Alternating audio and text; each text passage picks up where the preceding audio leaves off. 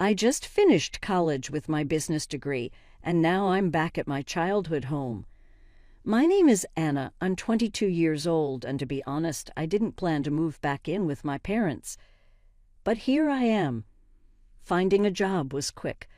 Luckily, in just a week, I got a job at Davidson Marketing with a good salary and some nice bonuses for doing well. That night, while eating Mom's meatloaf, I told everyone my good news. I thought I would stay here for around 3 months, save some money, and then get my own place. The sound of forks hitting plates suddenly stopped. Mom and Dad gave each other a look, the kind that always meant something bad was going to happen. "Are you moving out?" Mom put her fork down. "Anna, I can only work part-time at the library because my back hurts." Dad made a noise in his throat. Things are not good at the plant. People are talking about possible job cuts. Mom said quietly, "We could really use your help with the bills. You won't need to pay rent here. It really makes more sense, right?" I looked at my half-eaten meatloaf, feeling stuck. They had a point in a way, and they were my parents after all. "I think I can stay longer." After that, life became pretty regular. I went to work, came home, paid the bills, and Mom always made dinner for us. It felt fine, even easy, until last weekend when my sister Sarah came over with her husband Mike and their kids, Emma and Lucas. My parents changed suddenly, like someone turned off a light. "Oh, my dear little ones," Mom smiled and picked up 4-year-old Emma, while Dad lifted Lucas onto his shoulders. "Sarah, sweetie, you look great. How is everything going? Share with us what you have been doing." I stood in the doorway, looking at my parents as they admired their oldest daughter and her lovely little family. They listened to her closely, wanting to know all about the little things, how her garden was, what new words Lucas learned, and how her book club was going. They had never cared about my life like that before. I didn't feel proud even when I made the dean's list or won the leadership award in business school. "Hannah, please make some coffee," Mom said without looking at me, while she played with Lucas on her knee. Standing in the kitchen that day, listening to my family's laughter from the living room, I couldn't help but think back to how things had always been this way. Sarah, 7 years my senior, had always been the star of our family show, while I was relegated to the role of supporting cast. I remembered sitting at the same kitchen table when I was 11, showing Mom my Strata report card. She barely glanced at it before returning to her conversation with Sarah about college applications. "That's nice, Anna," she said absently, waving me away. "Sarah, honey, which universities are your top choices?" Those years were all about Sarah's high school achievements. Every dinner conversation revolved around her grades, her extracurriculars, her college prep. I'd sit there quietly eating my peas while Mom and Dad hum on Sarah's every word about her AP classes and college tours. Everything changed even more dramatically when Sarah got accepted to university. I was 11 at the time, and I still remember that dinner conversation like it was yesterday. "We're so proud of you, sweetheart," Mom had exclaimed, tears in her eyes. "We'll make it work, won't we, Robert?" Dad nodded solemnly. "We'll take out a student loan. Our Sarah deserves the best education possible." A week after Sarah left for college, they sat me down for a different kind of talk. "Hannah," Dad said, his voice serious, "we need to tighten our belts for a while. The loan payments and Sarah's college expenses are significant." That's when things really changed. While my classmates got new phones every year, I kept my old flip phone until it literally fell apart. When I needed new clothes, we went to thrift stores instead of the mall. Christmas gifts became practical items like socks and school supplies. But they never forgot to send Sarah money. "Your sister needs to focus on her studies," Mom would say as she wrote another check. "We can't let her feel stressed about money." I learned my lesson early. At 15, I joined every club and academic competition I could find. I stayed up late studying, not just for good grades, but for perfect ones. I wrote essays for scholarship competitions until my hands cramped because I knew there would be no student loans for me. It paid off. I got a full scholarship to State University, and I still remember the look of relief on my parents' faces when I told them they wouldn't have to spend a dime on my education. Meanwhile, Sarah graduated, got a job in Brighton, and quickly married Mike, her college sweetheart. Within 2 years, she had Emma and Lucas. My parents were over the moon. Their perfect daughter had created a perfect family. Now every monthly visit turned into the same routine. Sarah and Mike would show up with the kids, and before I could even say hello properly, Sarah would be planning her weekend. "Anna, you'll watch Emma and Lucas while we go shopping, right?" she'd say, not really asking. Mike and I hardly get any alone time these days. The first few times I tried to suggest that our parents could watch them instead. "Oh, honey," Mom would say, rubbing her back. "You know it's hard for me to keep up with young children, and your father needs his rest on weekends." So here I was, spending yet another Saturday watching Frozen for the 100th time with Emma, while Lucas tried to color on my bedroom walls. Sarah and Mike were off having lunch with friends, and our parents were puttering around the garden, occasionally peeking in to ask if I needed anything, as if they were doing me a favor. I tried to console myself with the thought that it was just one weekend a month, just one weekend of being the free, reliable babysitter while everyone else lived their lives. A year passed in this monthly rhythm of babysitting and bills. I had almost gotten used to it. Almost. Then came the phone call that would turn my already complicated life completely upside down. I was doing dishes after dinner when I heard Mom's phone ring from the kitchen. I could hear her surprised voice. "Sarah?" "Oh, sweetheart, don't cry. Tell me what happened." Through sobs, Sarah explained that Mike's company had gone bankrupt without warning. They couldn't afford their rent anymore and had no savings. Could we maybe stay with you for a while?" Sarah's voice was so loud through the phone that I could hear it clearly. "Of course you can," Mom exclaimed without a moment's hesitation. "We'll make room." My stomach dropped. I stepped forward, clearing my throat. If they're moving in, maybe this would be a good time for me to get my own apartment. You'd think I'd suggested burning down the house. Mom looked at me like I'd lost my mind. "Anna, don't be ridiculous. There's plenty of room for everyone." "But we're family," Dad said firmly.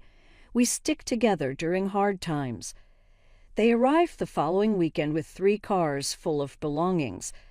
I spent Saturday morning moving my things into what had been our storage room, the smallest bedroom in the house, barely big enough for a twin bed and a dresser. My old room, which was twice the size, became the kids' nursery because the children needed space to play.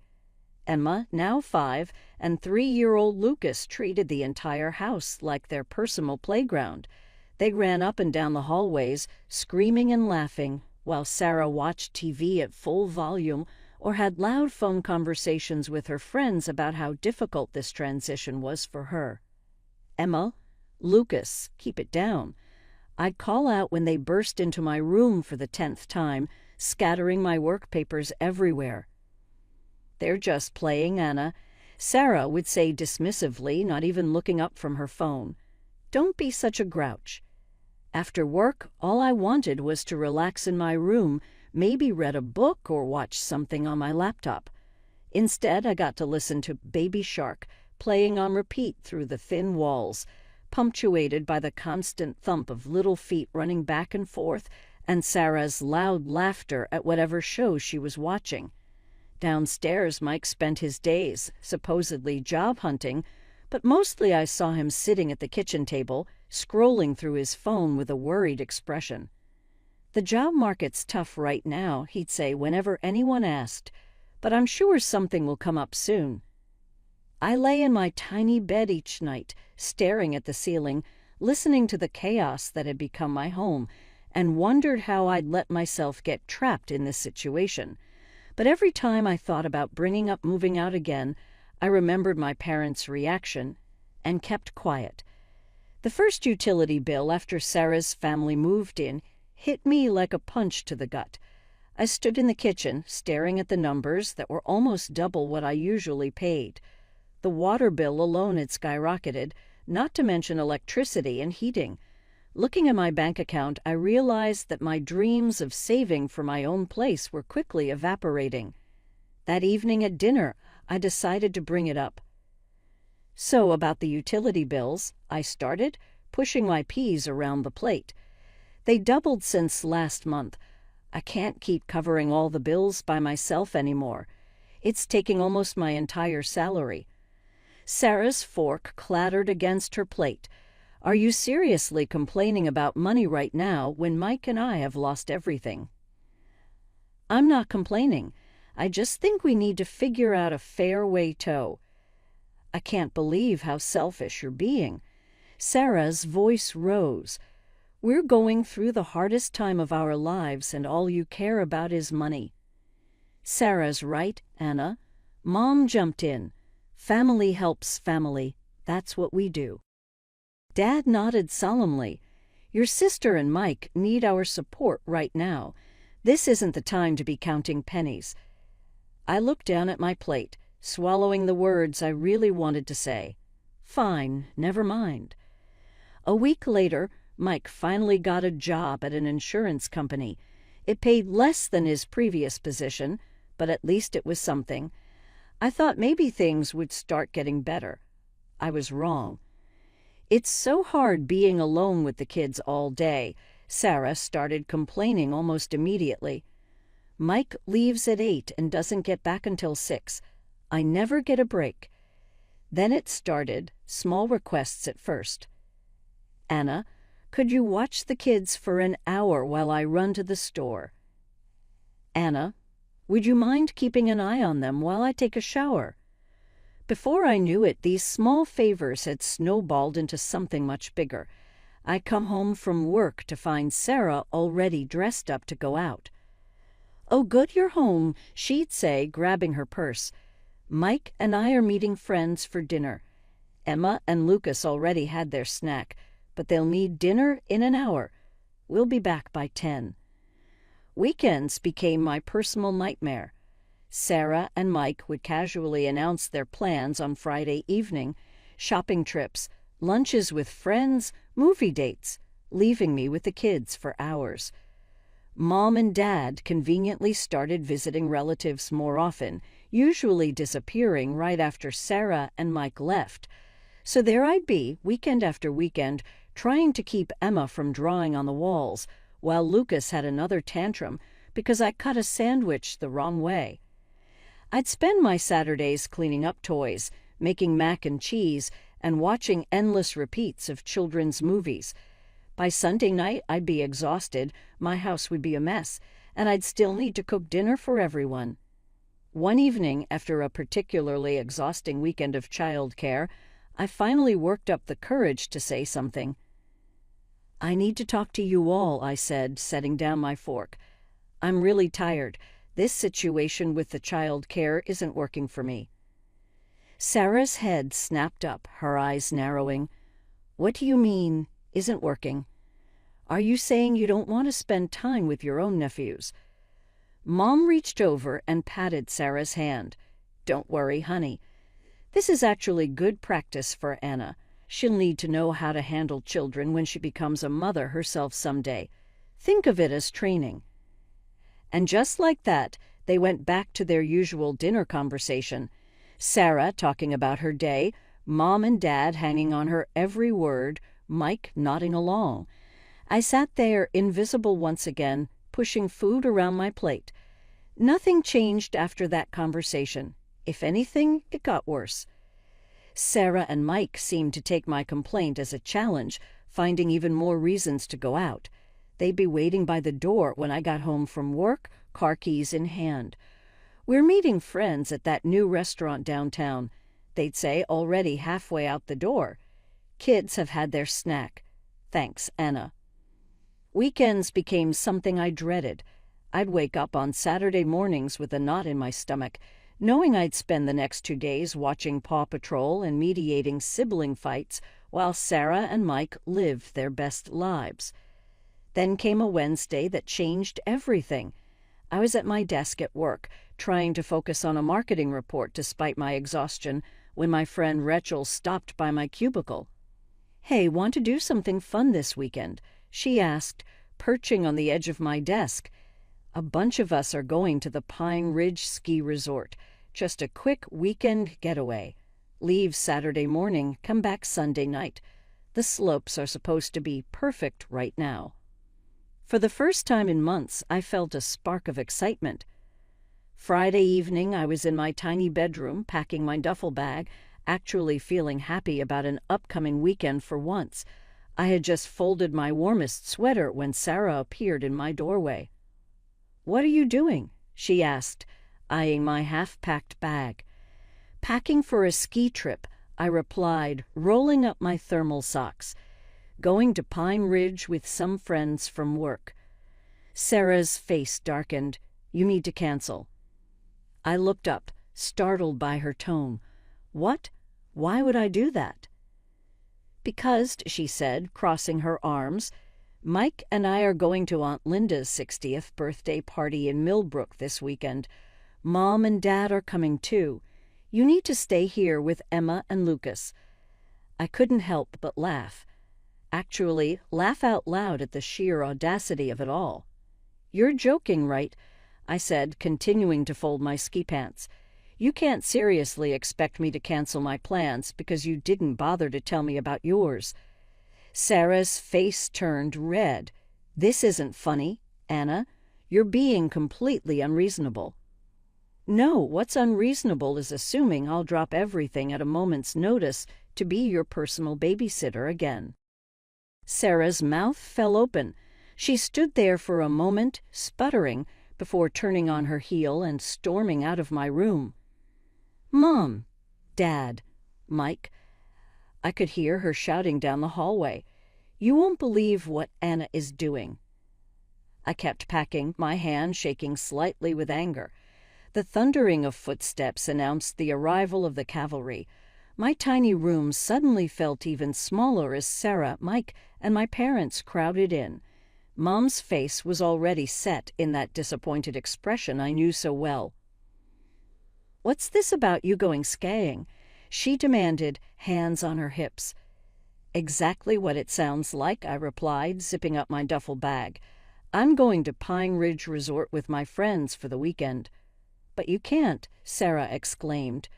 "We have Aunt Linda's party." "No, you have Aunt Linda's party," I corrected her. I stopped what I was doing and turned to face them all. "Why am I just hearing about this party now? Why wasn't I included in any of the planning?" Mom hesitated, looking uncomfortable for the first time. Sarah jumped in, her voice dripping with condescension. "We all discussed it and decided this would work best for everyone. We go to the party, you watch the kids. It's the most logical arrangement." "You all discussed it," I repeated slowly, "without me, and decided what I would be doing with my weekend. How convenient." "Well, you can't exactly bring small children to a sophisticated party," Sarah sniffed. "Aunt Linda specifically said no kids." I shouldered my duffel bag. "Sounds like a you problem. They're your kids, Sarah. Figure it out." "What's that supposed to mean?" Mike finally spoke up, frowning. "It means exactly what it sounds like. I have plans. I'm going skiing. Your children are your responsibility, not mine. If you can't bring them to the party, either don't go or hire a babysitter." "A babysitter," Sarah screeched. "With what money?" Again, not my problem. I turned to face them all, suddenly feeling stronger than I had in months, maybe years. "Let me make this perfectly clear," I said. "I am going skiing tomorrow. I am done being your free, convenient babysitter. I'm done having my weekends hijacked, my plans ignored, and my life treated like it doesn't matter. If you need childcare, Sarah, that's your responsibility as a parent. Stop assuming I'll always be there to pick up your slack." The silence that followed was deafening. They all stared at me as if I'd suddenly started speaking in tongues. Sarah's mouth opened and closed like a fish out of water. Mom looked like she'd been slapped. Dad seemed to be trying to disappear into the doorframe. And Mike just stood there with that same confused expression he'd been wearing since his company went bankrupt. The moment of shocked silence didn't last long. Sarah's face crumpled, and she burst into theatrical sobs, covering her face with her hands. Mike muttered something that sounded distinctly like "I'm grateful" under his breath. "How dare you?" Mom's voice rose. "After everything we've done for you, you're being completely irresponsible." "Selfish," Dad chimed in, shaking his head. "Absolutely selfish." I stood there, my duffel bag still over my shoulder, watching my family turn into a Greek chorus of accusations. The words washed over me: selfish, ungrateful, inconsiderate, immature, each one meant to cut deep, to put me back in my place. Then Mom delivered what she clearly thought would be the knockout blow. "If you walk out that door tomorrow, don't bother coming back to this house." To everyone's surprise, I burst out laughing. Not a nervous giggle, but a full, genuine laugh. They all stared at me as if I'd lost my mind. "You know what's funny?" I said, wiping tears from my eyes. "I've been dreaming about moving out of this house for months. I just didn't have the courage to do it. But here you are, giving me the perfect excuse. So thank you." "Mom, get out," Sarah shrieked, her fake sobs forgotten in her rage. "Just get out." Gladly, I pulled out my phone and dialed Rachel's number, putting it on speaker just to make a point. "Hey, Rach, sorry to call so late, but is that offer to crash at your place still good? Not just for after skiing, but maybe for a few days." Of course, Rachel's cheerful voice filled the room. "I have a spare room. Want to come over now?" "That would be perfect. I'll be there in 20 minutes. I spent the next 15 minutes gathering everything I could fit in my car: clothes, important documents, personal items. They watched from various doorways as I made trips up and down the stairs, as if they couldn't quite believe I was really doing it. When I had loaded the last box, I walked into the living room where they had all gathered. "Oh, one more thing," I said, my voice steady. "Since I won't be living here anymore, I won't be paying any of the bills either. You'll need to figure out how to support yourselves." Mom's face went pale. But the utilities, the groceries. "Not my problem anymore," I said, echoing my words from earlier. I turned and walked out the front door, ignoring Mom's suddenly panicked calls behind me. The drive to Rachel's place was a blur of adrenaline and relief. My phone kept lighting up with calls and messages: angry texts from Sarah, guilt-churning novels from Mom, stern disappointments from Dad. I ignored them all. The next morning, Rachel and I drove to Pine Ridge Resort as planned. For the first time in what felt like forever, I spent a weekend doing exactly what I wanted to do. We skied, we laughed, we had hot chocolate by the fire, and not once did I have to worry about anyone else's children or problems. When we got back Sunday night, I opened my laptop and started searching for apartments. With my salary no longer going to support my family, I could actually afford a decent place. By Wednesday, I had found a small but bright one-bedroom apartment in a nice area of town, just a 15-minute drive from my office. My first week in my new apartment was like learning to breathe again. Every morning, I woke up to blessed silence. No screaming children, no blaring TV, no guilt-inducing sighs from my mother. I could make coffee and drink it while it was still hot. I could spend my evenings reading or watching whatever I wanted on Netflix. The messages kept coming, though. I didn't answer the calls, but I couldn't help reading the texts. They followed a predictable pattern. "Mom, how could you abandon your family like this? We need you." "Sarah, you're so selfish. The kids keep asking where Aunt Anna is." "Dad, your mother is very upset. You need to make this right." The messages cycled between guilt trips, anger, accusations, and pleas. I read them all but responded to none. My silence seemed to drive them even crazier.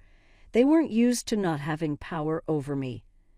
After a week of this, I was sitting on my new couch when Mom's number flashed on my phone again. This time, I decided to answer. "Anna, finally?" Mom's voice was sharp. "I can't believe you ruined our entire weekend. Aunt Linda's party was completely disrupted because of your selfish behavior. Sarah and Mike couldn't come because you refused to watch the children." "Stop." My voice was quiet but firm. "Just stop. I'm done with this, Mom. I'm done being treated like a servant in my own home. I'm done being expected to sacrifice everything, my time, my money, my life, for everyone else's convenience. I'm done being the family ATM and free babysitter while being treated like I don't matter." There was a long pause on the other end.